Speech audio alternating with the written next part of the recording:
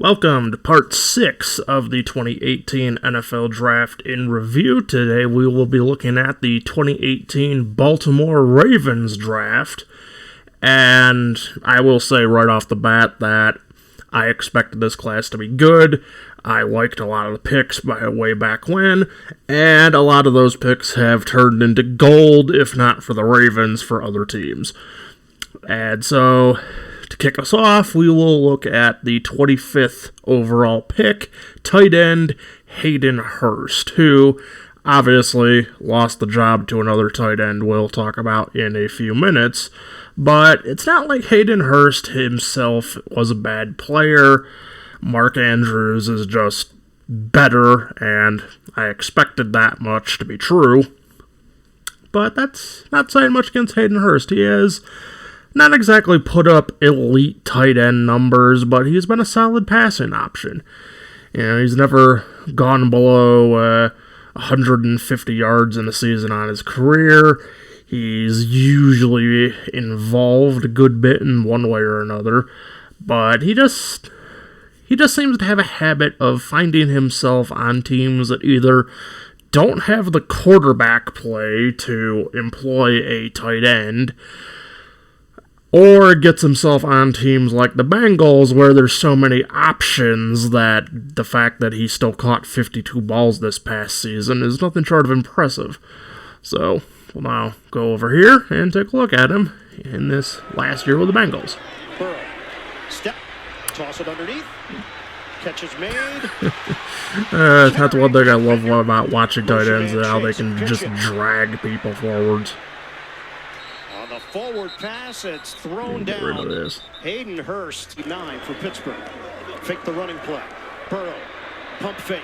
Throw. He's a very good check down target for Joe Burrow, which is exactly what you want for a young quarterback. You have to have that short range target who can maybe extend a little more like that, but you need that security blanket for a young quarterback. I would say that Hayden Hurst does a good job of that for Joe Burrow. But the problem is, though, that Joe Burrow is probably one of the quarterbacks who doesn't really need this security blanket because he's been so damn good so early in his career that he pretty much skipped a whole stage or two of development. Just surprising given the ACL tear. It's close.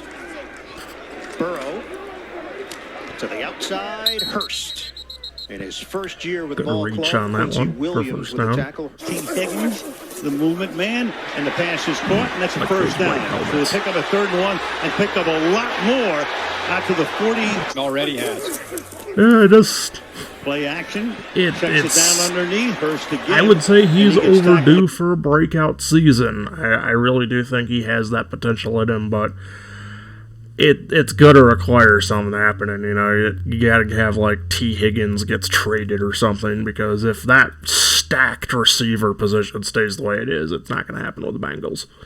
But he is somebody to keep an eye on going forwards. I do think that we will continue to regularly hear the name Hayden Hurst through the rest of his career. And now for the pick that everyone knows, and I have surprisingly more to say about him than you might think. Someone might label me a hater in the future if this takes off, but here we go, the 32nd overall pick, quarterback Lamar Jackson. And like I said, he's not a player I like, but I recognize he's got talent. And we can see a lot of why I don't like this guy as a player in his passing statistics. His best season, in which he somehow won the MVP unanimously, he only had 3,100 passing yards. Sure, 36 touchdowns with that's fantastic, obviously, but he's consistently failed to really emerge as a passer. His passing stats have gotten worse every season since then. He hasn't broken 20 touchdowns in 2 years. He's been going pretty much lower, even or lower on passing yards. The interceptions have come up from that MVP season. And obviously you point to the other aspect of the running, but even that's now starting to drop off. He had those 2,000-yard seasons the last 2 years. He's just barely cracked 750. And while that is largely because of injury, the way he plays as a primarily mobile quarterback is why those injuries are happening. And as you get older, as your body breaks down and starts to feel those injuries more and more, the harder and harder it is to come back for them. And for mobile quarterbacks, that's usually fatal. Cam Newton was destroyed by it. Michael Vick was destroyed by it. If you get hurt as a mobile quarterback and do not develop your arm, you are going to fail eventually. And already, I think we're starting to see it. The Ravens are in a position where they are not a true contender because partially the coaching, but also because Jackson can't stay on the field for the entire season. And he really is the only thing that's making the Ravens offense worth a damn. Their running back situation's often banged up and generally just not that good. Their receivers are not that good. You've got Mark Andrews, but, that's one of those things of a defense will come prepared for that. Take away the run. What do the Ravens have? So, we'll now go over to some of Lamar's highlights and show why he's an entertaining player, but don't let this confuse you. I do not believe Lamar Jackson's worth $200 million. I do not believe he is a true franchise quarterback. I do not believe the Ravens have a real chance of winning a Super Bowl while him and John Harbaugh are in the picture. And, we can add Mark Roman in that because I've seen this offense and I can confirm for you that the offensive coordination is a problem. Even an offense as talent-limited as this should not be struggling the way the Ravens do to move the ball. Yes, Joe Flacco is up here. Watch what he does. Nothing. Jackson will run. This from the first season. Here comes the Heisman Trophy winner out of Louisville. That's why they got him, or one of the reasons why. Down to the 2, hit by Flacco is a receiver. Collins, the running back. Lamar Jackson has a Ravens touchdown.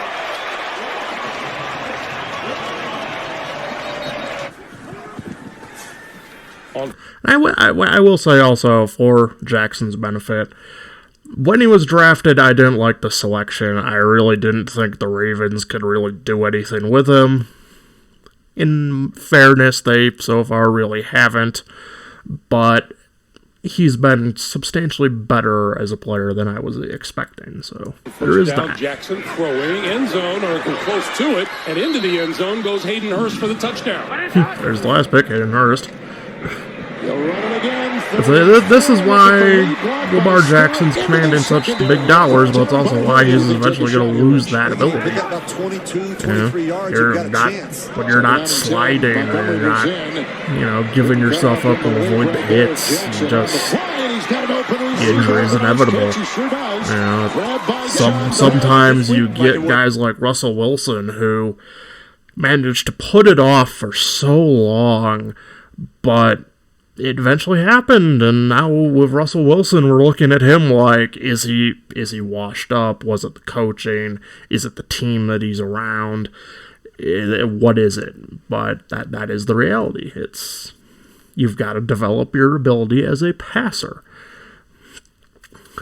And that's why quarterbacks like Patrick Mahomes, Josh Allen, and all the ones like them are doing so much better. They're in proper contention. Mahomes has already won 2 Super Bowls. Josh Allen looks like he should eventually do the same. And Joe Burrow, who not quite as mobile as the rest of them, but he can run.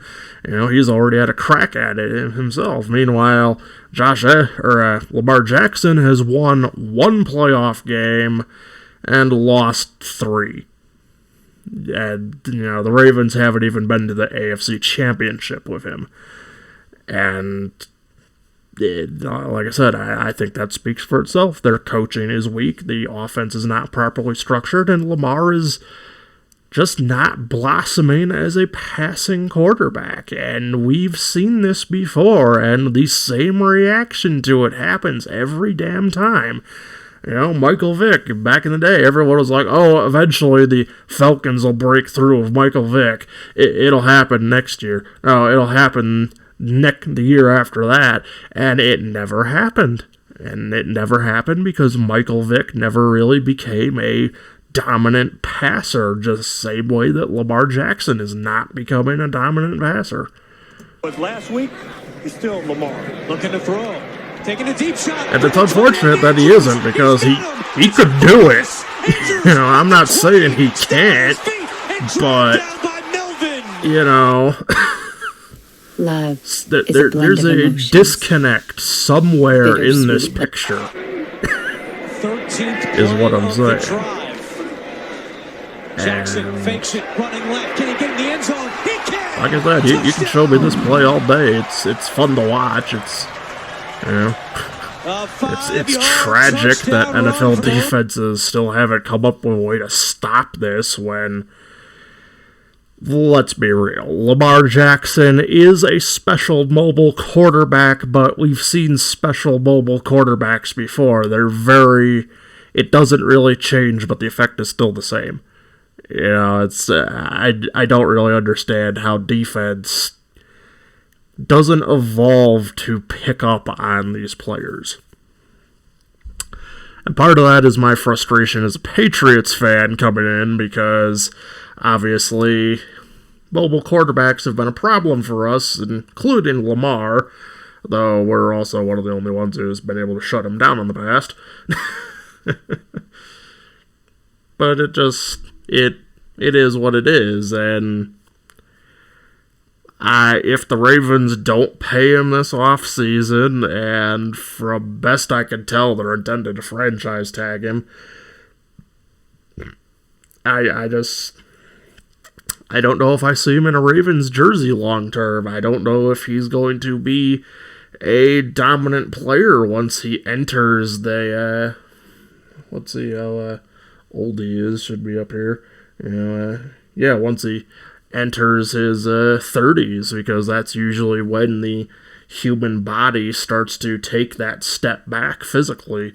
And with the injuries he's already sustained, that'll probably come sooner rather than later. I would say that he'll probably start to go down the drain about the same time that Cam Newton did. And it sucks to see, but some players just don't have that drive to better the talent they need to extend their career.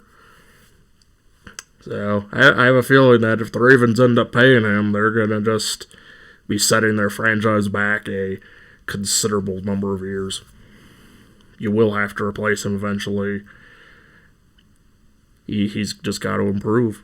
There's no two ways about it. Okay, let's talk about Orlando Brown Jr. and what he'll... So next up we have the third round pick, the 83rd overall pick, offensive tackle Orlando Brown. Orlando Brown is no longer with the Ravens, the first player on this list who was not part of the Ravens past his rookie contract, but he has been a Pro Bowl selection. He is a pretty good player, so... Bring to the Kansas City Chiefs. Take a look. Only a couple days late on this one. I'm like a month late. I don't know why I was lazy in getting around to it. I think it was before the draft, and then realized, oh yeah, I should make a video on that. People are probably interested. So let's talk about what he does well, because there's a lot he does well. The first thing is on a play like this, so he's the left tackle. He has a one-on-one matchup, and honestly, the best thing about Orlando Brown, in my opinion, is simply his size. He's just a huge guy, and you can't teach that. Yeah, he's I agree with that. You can see it 344 right pounds. That's about as big as it gets right there, and it really plays into his strength. Watch how strong he's going to be on this play. I mean, as you see, he's just going to completely move over Tennessee Titans player, and that's just kind of what he can do. I mean, again, just a huge man and really strong, and that's a huge thing that he brings to the table. I remember when he got drafted, a lot of people were a bit concerned about, he's not necessarily the best athlete, and I don't really care. I think that's the main thing that he brings to the table. That's probably my favorite thing about him, if I'm being honest. He has 35-inch arms, which is just absurd, but watch how it's going to work on this exact play. So as you see, once this play starts, you see how Brown is able to get the hand placement he wants. He gets his left arm on that right shoulder pad area so quickly because he has just bigger arms. He can get it there quicker. And that's something that I like about Brown, is that incredible arm length really means that he can get the hand placement he wants nearly every time, and just makes things really difficult to win from that point. And like, as you see, this wasn't even a horrible pass rush move once, the hand placement was made, but just that initial push, that's plenty. That's all Brown needed, quite frankly. Yeah, that is very correct. It's that there are some guys that their size just makes them really, really hard to beat on. But it isn't like Orlando Brown Jr. is quite unbeatable in that fact. With the Chiefs, we did see a couple games where he did kind of let up against some competition where I really don't think he should have. But like I say, he's been a Pro Bowl selection back when obviously the Pro Bowl had a bit of legitimacy to it. Well, I say legitimacy tongue-in-cheek. I mean in the sense of actually having a football game to be played instead of some bullshit flag football crap. But we then move 3 picks down to the 86th pick, the tight end Mark Andrews. And, oh boy, this is a player that I don't know how he was a 3rd-round pick. Someone should have pounced on this sooner. I think he should have went before Hayden Hurst. Yeah, I said that back in 2018. He should have been ahead of Hayden Hurst. But in the terms of the stat sheet, we do see kind of the primary problem that I see with partly the Ravens in terms of their play calling. He has played damn near every possible game in his career, aside from 1 in 2019, 2 in 2020, and 2 in 2022. He's never started more than last year, 15 games out of 15 played. And we just look at the overall usage here. The first few seasons, okay, yeah, sure, it makes sense. He wasn't really the absolute front runner in the first year, but after that, he pretty much has been. And you notice that 1 season above 1,000 yards receiving, 1 season above 10 touchdown, at 10 touchdown catches. He's never done better than 10. And it just baffles me. You have a tight end who is more than capable of being an undeniable top 3 player at the position, and for some reason he just isn't. Part of this goes on Lamar as a passer, but most of this goes on Mark Roman's pathetic excuse of an offense. It's when the weapons get hurt, this offense absolutely shuts down. And that could, sometimes not be a knock against the team. Some teams are designed that it's basically if your starters are gone, you're just not going to do well. That's the loss of talent due to injury that is experienced. But then you have this, and it just doesn't make sense. You have a guy that can be so good, and you just have these whack-ass game plans of 1 week he'll have 15 targets, 9 catches, 100 yards, touchdown, maybe 2. And then the next week, they'll throw to him 2 times, and there'll be horrible passes that both hit the dirt well before he had a chance of catching them. The game planning and quarterback play are hurting this guy. I would like to see him go to a team that has a better sense of both game planning from the offensive attack perspective and have a better quarterback in terms of a pure passing category. If you put this guy in Kansas City, he might be better than Travis Kelce. So we'll take a look now. Now that my displeasure with the Ravens has been voiced. It's like it's not fair. How is this guy not consistently putting up 1,000-yard, 10-plus touchdown seasons? How? That doesn't make sense.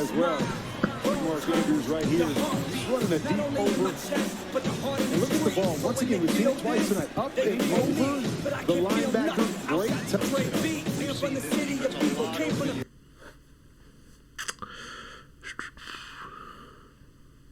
Yes. Imagine Mark Andrews with a quarterback that could consistently do that. Just imagine it. Imagine how frustrating that would be for a defense.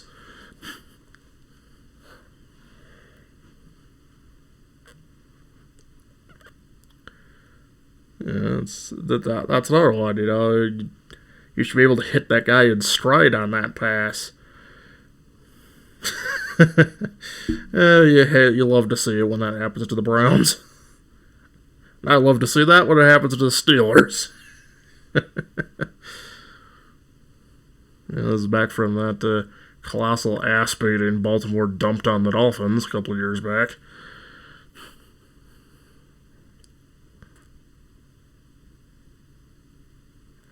Now that's more indicative of the current Ravens.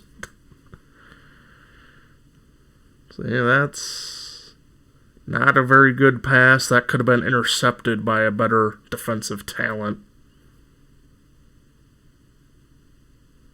Yeah, that really, I think, could have been broken on.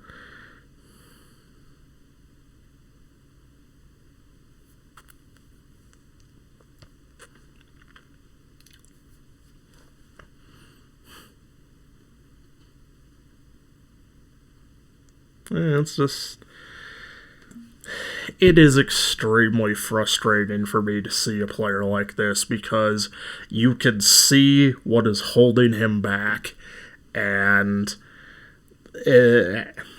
as is true in basically every aspect of life, a career at this stage is finite. You only have so much time. Now, he's still probably got quite a lot left in the tank if, tight ends like Rob Gronkowski, Tony Gonzalez, Travis Kelce, or anything to go by. He's only 27. Most of those guys retired between 5 and 10 years ahead of where he is now. So he's still got a lot of time to show that he has the ability to really be a game-changing tight end, but if he elects to stick to the Ravens, I have a feeling that he is just going to always be in that frustrating under category of tight ends that could be elite, should be elite, but are just that one tiny step behind because of their situation. And I hate to see it. Much as I don't like the Ravens, I hate to see it. I will say that for just about any player like that. I do not like to see talent wasted because it suggests that this team is not at the best it could be, and that means the game is not at the best it could be, and that sucks for a fan of the game. You want to watch football at its best. You don't want to see players being held back by other players and crappy coaching. And the NFL had a substantially fucking bad problem with that this past season. A lot of really bad coaches, especially in the coordination positions. So, next up we have the 118th pick, cornerback Anthony Averett, and this is one player that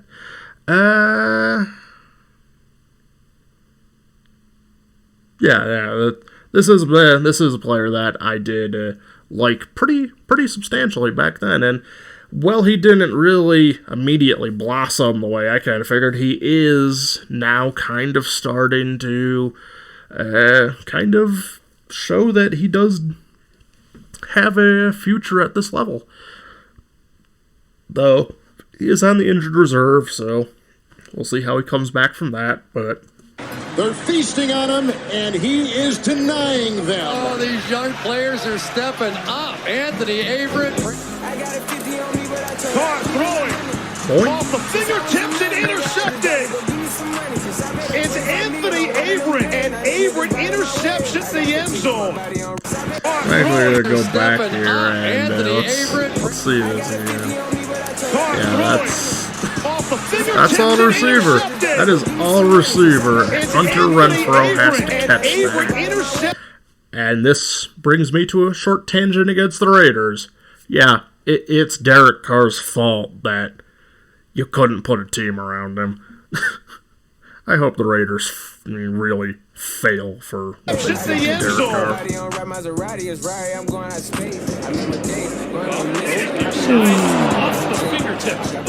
Bobbled and popped.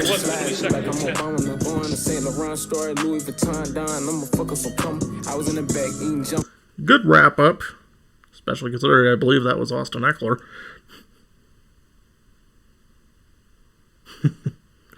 Yeah, there we see another good play there.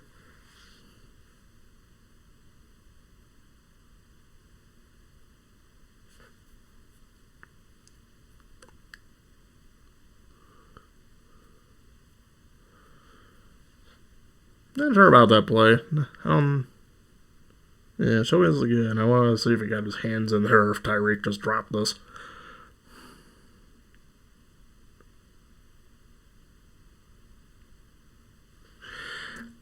This actually brings me back to something that I saw in his college days. You know, the ability to stay very close to a receiver without getting called for pass interference.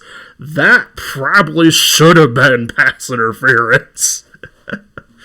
So, he is still seemingly pretty good at that. Gets away with it at this level. That's, you know, sucks for a receiver. You know, ref right there doesn't fucking see it. But, you know, that's how it goes sometimes. Next up, we had linebacker Kenny Young. And he's still around. I think he's, not sure where he is now. Yeah, I think he's now on the Buccaneers practice squad. And you've really got to look at this, you really got to look at this stat sheet with a bit of a what the fuck mentality. You know, it's just like, plays a lot of games first couple seasons, suddenly has that 2021 where he's a starter for 13 out of 13 games they played with, just bouncing around the league. And now he seems to be on the practice squad for the Buccaneers. I don't know what's going on with this guy. Yeah, it is really interesting to watch. Oh, I think he actually is now on the Saints practice squad. So, hey, Saints, you've got a player who might actually be worth something. But this is one of those clusterfuck players. If he'll stick around, you'll hear the name every now and again, but that seems to be the extent to what he can do. It's always weird to see players like this, and it's kind of funny to me. Next, we have the duds of this class, the two receivers, the number 132nd pick, Jaleel Scott, and the 162nd pick, Jordan Lasley. Jaleel Scott never really, well, it says it all right there. He's a free agent. No one wants him. He hasn't stepped on the field in 3 seasons now. Only caught 2 passes in real games. And that is about what I expected from him. When I evaluated him, I saw a player that was just not, there was no flashy plays. And to a degree, New Mexico State, not the best program, not the best conference or anything like that. But at the same time, on a team that ended up as receiver-starved as the Ravens are, you would really think that he would have had a chance, and he just blew it. Jordan Lasley, same thing, and I was kind of surprised by this because, as we believe I said here, it's he beat a lot of people in college. You know, they could have fought their way in, but it just doesn't make sense. Especially because Michael Crabtree was in Baltimore at this time, and it just never materialized. He's never been above a practice squad level until last year with the Tampa Bay Bandits in the USFL. And he's no longer with that team. So they just didn't work out. Next we have safety Deshaun Elliott, and let's bring this back.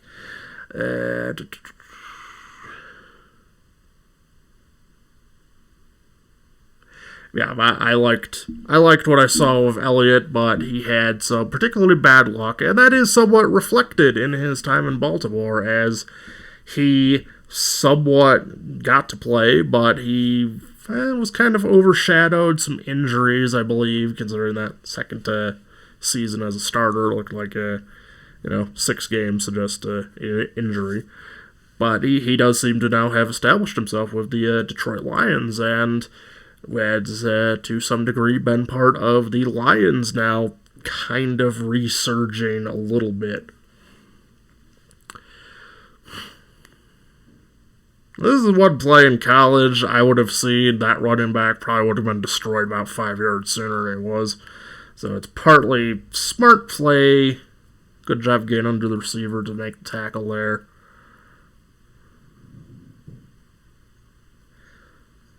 Like I said, tell me that is Mac Jones' fault. Go ahead. I dare you. Try. The Patriots receivers are not good and you want to blame the quarterback? That just tells me that you don't know football. Stopping Jalen Hurts. Good play.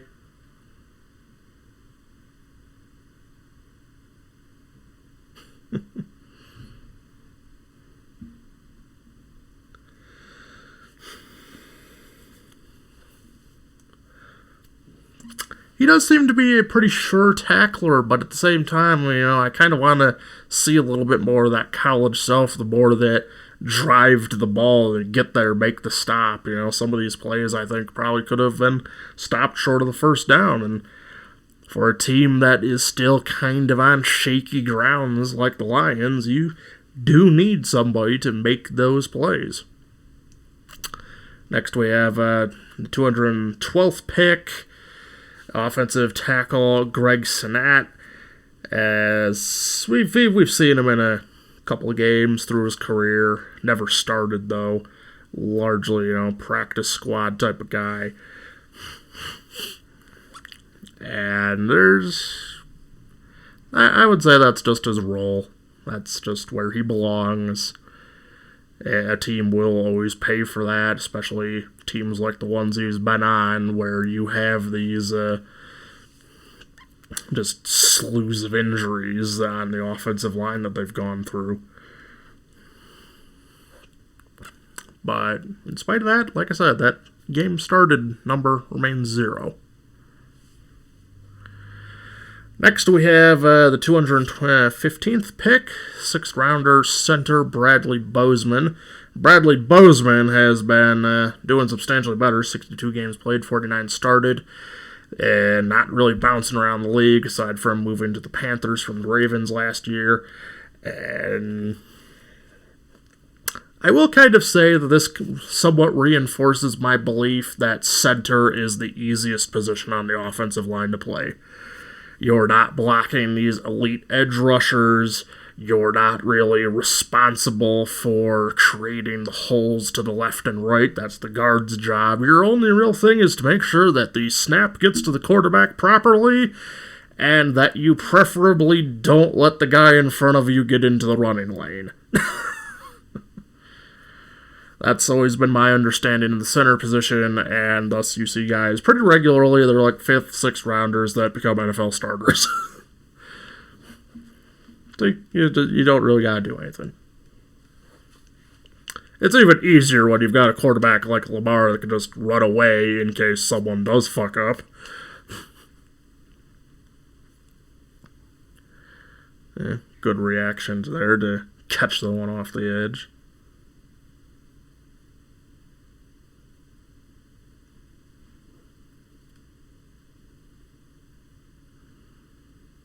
Pretty good job of clearing the lane there.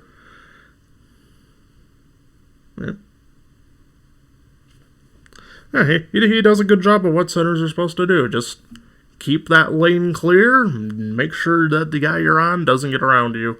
Don't fuck up the snap. That's the long and short of it. He does a good job. I'm not entirely sure if he won't be on a couple more teams through his career, but I don't really see a reason the Panthers shouldn't keep him around. There's really no reason I see to just say we can upgrade this position when we've got 101 other holes in the roster. And sorry to the Panthers, but you've got a substantial amount of holes in that roster to take care of. So the next one up is their final selection, Zach Zeiler, who now plays for the Miami Dolphins and is pretty well established as a starter there now. Not something he was able to do in Baltimore and through his first year in Miami, really. But he's pretty well established himself as a solid piece in Miami's structure now. And I mean, shit, I'm looking at that says defensive tackle. That's interior. 60 tackles, 70 tackles. That's ridiculous. So let's try and see if I can't find a little to watch on Zeiler here. And it does appear that we do, so here we go. Yep, ads first. I don't run ad skip because I don't believe in screwing YouTubers out of money. Zach Zeiler, one of the most underrated players on the Miami Dolphins. Very solid defensive lineman. He makes plays with strength, his motor. He's an underrated athlete as well. Can make an impact in the running game and the passing game. Love his positional versatility, and is just a perfect scheme fit for the Dolphins. Zeiler right here, lined up in the 3-tech. You can pretty much line him anywhere across the defensive line from like 5 down to the nose even. But I think 3-tech is probably where he excels at the most, but just a perfect fit in this scheme. Very strong at the point of attack. Really good job just getting 2 hands on and then using this long arm to create separation, fully extend, and just completely control this O-lineman, getting control of this rep. Throws the O-lineman to the side to toss him once he sees the RB commit to the cutback, and then make the tackle on McCaffrey. Just a really high-level run rep from Zeiler here. Probably where he's at his best, I think, is against the run. Against the pass, he's a pretty good pass rusher, just needs to work on finishing for the sacks. But just gets control, use that long arm to create separation, and then he extends, identifies the running back, sees that the cutback is going to happen. He's a very aware, too, smart player. Sort of peels off with the running back, makes the tackle right at the line of scrimmage. This is an impressive play to me because that is Christian McCaffrey, one of the better running backs in this league. But I will also say that's a pretty good example of why the Panthers have not been very good the past couple of years, because you have play calls like that just constantly coming in. It makes no sense. It doesn't make sense to just pray that your best weapon makes a play out of nothing. Obviously, your best weapon can do that, but at the same time, if you're relying on that, you're going to get what the Panthers got with Christian McCaffrey, an often injured running back. And look at that, they traded him to the 49ers. Suddenly, he's a lot more healthy, pulling off a lot more big plays because the 49ers actually plan to use their guy in a way that will work. So, image wraps him up, finishes. Really good rep from Zeiler. We got Zeiler lined up, hand in the dirt, playing like a 5-tech right here. Not only can he beat blocks in the run game with his power, his strength at the point of attack, but he can also beat you with quickness and some technique. Really good job here identifying, feeling the overflow from the O-lineman. Just swim move, quickness, lateral agility. Jets are probably all lucky at the that same wasn't a pass time. player. That's probably a sack. But yeah, this has turned into a pretty good player for the Dolphins. And thus, a class that I would say was an A from the start goes up that one tier higher to an A+. Just from the bottom, at the 7th rounder, now a solid starter, albeit for another team. Your 6th rounder, a starter, albeit for another team. Another 6th rounder, starter for another team. They've had Kenny Young, who's off and on, but has made plays pretty much everywhere he's went. Anthony Everett, who's one of the starters for another team. Andrews, who's pretty much your best pass catcher at this point, because you can't build a team worth a fuck after this.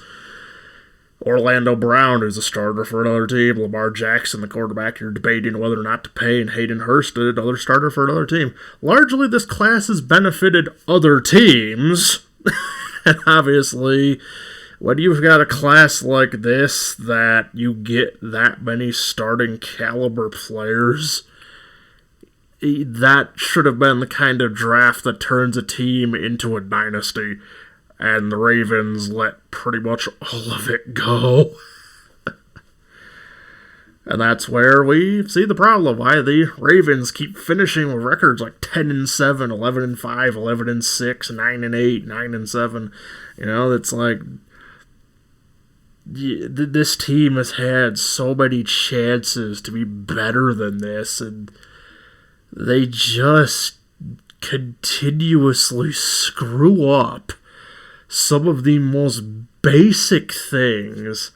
They've been holding on to John Harbaugh, I would say, a solid 5 years too long at this point. I don't know how. Actually, is Mark Roman still here? I don't think he is.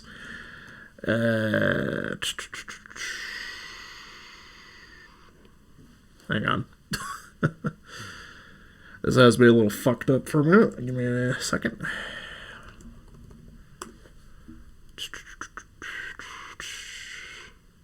Oh, Mark Roman. I always call him Mark Roman for some reason, but it's Greg Roman. My mistake. But he will not be back. They're replacing him with Todd Monken. Yeah, it could be worse. Actually, looking at his body of work in the NFL, I would say they might have been better off. Ugh. But yes, it's, like I said, you finally have this dead weight finally gone. But whether or not it's going to mean anything in the long run, that is entirely up to them. Unfortunately, the head coach is still John Harbaugh, so you're not getting any better in that regard. And yeah, I get it. He's a Super Bowl winning coach, but this is the thing.